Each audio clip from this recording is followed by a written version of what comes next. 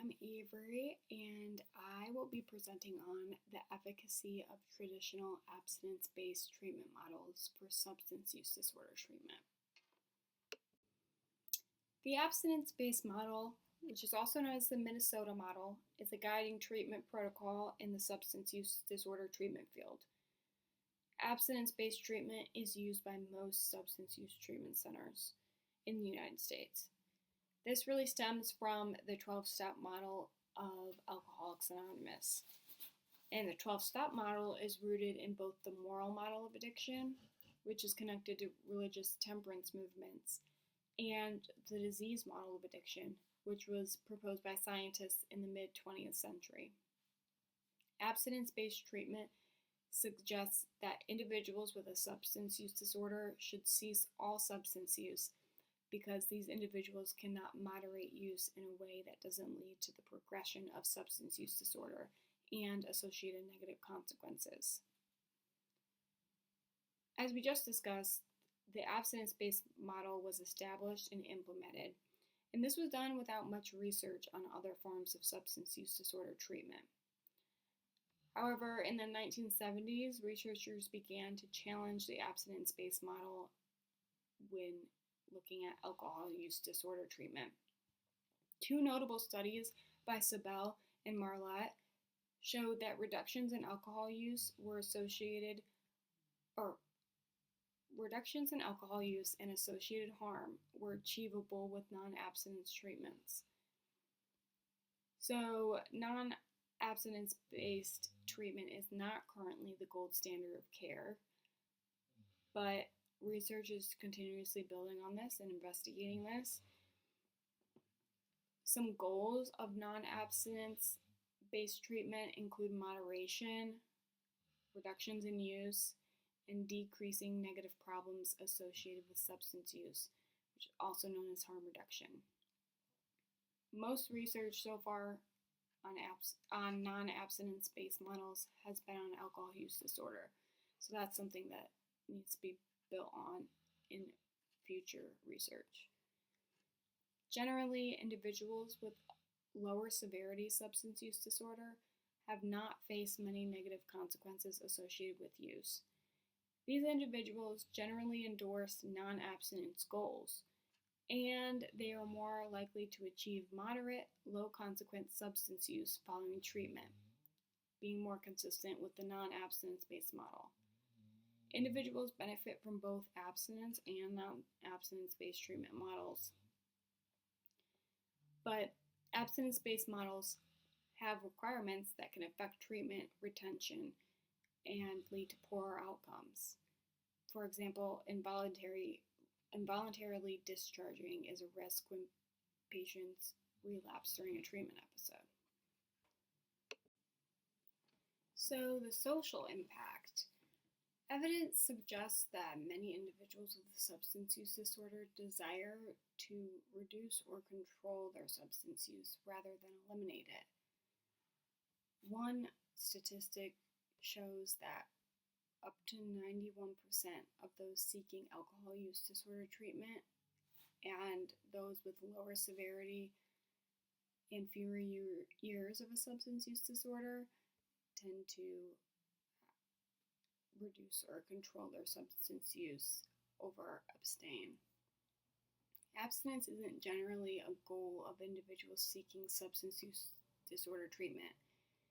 Research indicates that individuals who have faced negative consequences as a result of substance use disorder prioritize staying alive, improving quality of life, reducing substance use overall, improving mental health, meeting basic needs, increasing self-efficacy, and increasing connections to support services. While the need for early engagement in substance use disorder treatment is important in reducing harm and related negative consequences, this goal is generally not consistent with abstinence-based treatment models. So why is this being discussed and why do we care? All of us have come across substance use disorder in our practice and or our personal lives. Some of us currently practice or plan to practice in the field. Personally, I chose this topic because I only have experience working in an agency where the programs offered follow the abstinence-based model. Although I am an advocate for harm reduction, as is my agency, I wanted to explore the efficacy of abstinence-based treatment further to inform my future practice as a clinician. Looking into this topic is crucial in our work with clients and will have an impact on the referrals we make or whether we would make the referral in the first place. So, the biopsychosocial components of abstinence-based treatment. Detoxification. Detox uses pharmacological treatments to achieve sobriety safely. Ultimately, this aims to maintain abstinence. The aim of detox is to maintain abstinence from substance use and is required for admission to substance use treatment programs. Associated negative health consequences. Based on the abstinence model, if an individual with a substance use disorder doesn't abstain completely from a substance or substances, then substance use will progress and the individual will be at risk for extreme health consequences, including death.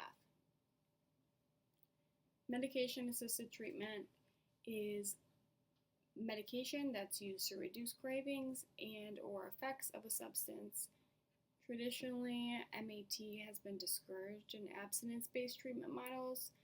However, we're seeing this shift, and sometimes MAT will be used in a program that follows the abstinence-based model, and that's been more and more in the last few years. Still, some abstinence-based models could require or also frown upon an individual using MAT. Psychological development is important to consider when looking at the abstinence-based model because it doesn't really align with adolescent development. Restrictive treatment like detox or 28-day programs aren't usually effective with adolescents because it seems difficult for adolescents to think long-term about sobriety, and with the present-oriented mindset in this stage, that, factors heavily into this as well. The stages of change. The abstinence-based model is based on the assumption that the individual seeking treatment is in the action stage and will achieve maintenance through treatment and following treatment. Socially, the criminal justice system in the U.S. is an example of how influential the abstinence-based treatment model is. This is a moralistic view of addiction that fuels oppression and discrimination and, in turn, institutionalization. For example, Canada's drug policy is based on the harm reduction model. In Canada, drug policy aims to reduce adverse health, social, and economic consequences of substance use without requiring abstinence. Social control theory. The abstinence-based model gives a high importance to the social component in recovery. The social control theory defines strong social network bonds and structure as a motivating factor for individuals to engage in quote-unquote responsible behavior, including refraining from substance use and other quote-unquote deviant pursuits. The higher power. The 12-step program of AA is associated with the abstinence-based model, and 12 steps are heavily focused on spirituality, specifically giving up control to a higher power. This might be a very beneficial part of the 12 steps for people who are part of religion, but can be a drawback for those who aren't. So, looking at policy, the Affordable Care Act allowed states to expand Medicaid at the state level, which most states did, and this led to a 13.7% decrease in the amount of individuals with a substance use disorder that are uninsured. So overall, the Affordable Care Act increased access to substance use disorder treatment programs and MAT on the insurance end of things. but data does reflect that there is no evidence that Medicaid expansion of substance use disorder treatment coverage was associated with an increase in individuals seeking treatment. This policy is an important factor within this topic because it informs gaps to care in relation to the abstinence-based model. Since the abstinence-based treatment model generally follows the restrictive approach to substance use, like rehab programs are a 3.7 level of care based on the 4.8 SEM scale. So these individuals who are not seeking treatment seem to be facing barriers such as not being able to take off work to complete inpatient treatment. Maybe they're the sole caregiver at home, etc., which in turn doesn't allow the individual to go to a month-long, at minimum, rehab program. In contrast to the abstinence-based treatment model, harm reduction, which is a non-abstinence-based model, highlights individual autonomy. Harm reduction is rooted in the individual's agency in substance use treatment by using individual choice as a guiding care. Overall, the harm reduction approach contrasts abstinence-based approaches, and various policies surrounding harm reduction have improved access to this approach in recent years. Various policies have been encouraged and discouraged in recent years surrounding harm reduction by professionals, researchers, everyone. The efficacy of the abstinence-based treatment model has been challenged by researchers as people kind of started to realize that 90% of substance use treatment programs in the United States follow the abstinence-based approach. There are known gaps in this treatment approach, and many professionals have attempted to fill those gaps with bringing harm reduction ideas such as MAT into the abstinence-based treatment setting. So, recommendations and future directions. Literature reflects recommendations for the future of substance use treatment to utilize a more goal-based lens. This means meeting the client where they are by tailoring treatment to client goals and the severity of the substance use disorder, which, this could be in direct conflict with the abstinence-based approach, depending on the case.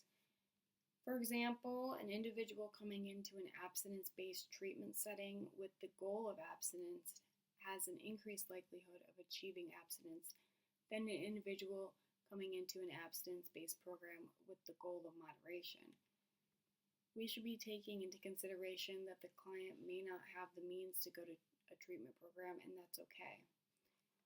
Guiding treatment based on goals builds the therapeutic alliance overall. Well, thank you for listening to my presentation, and here are my references.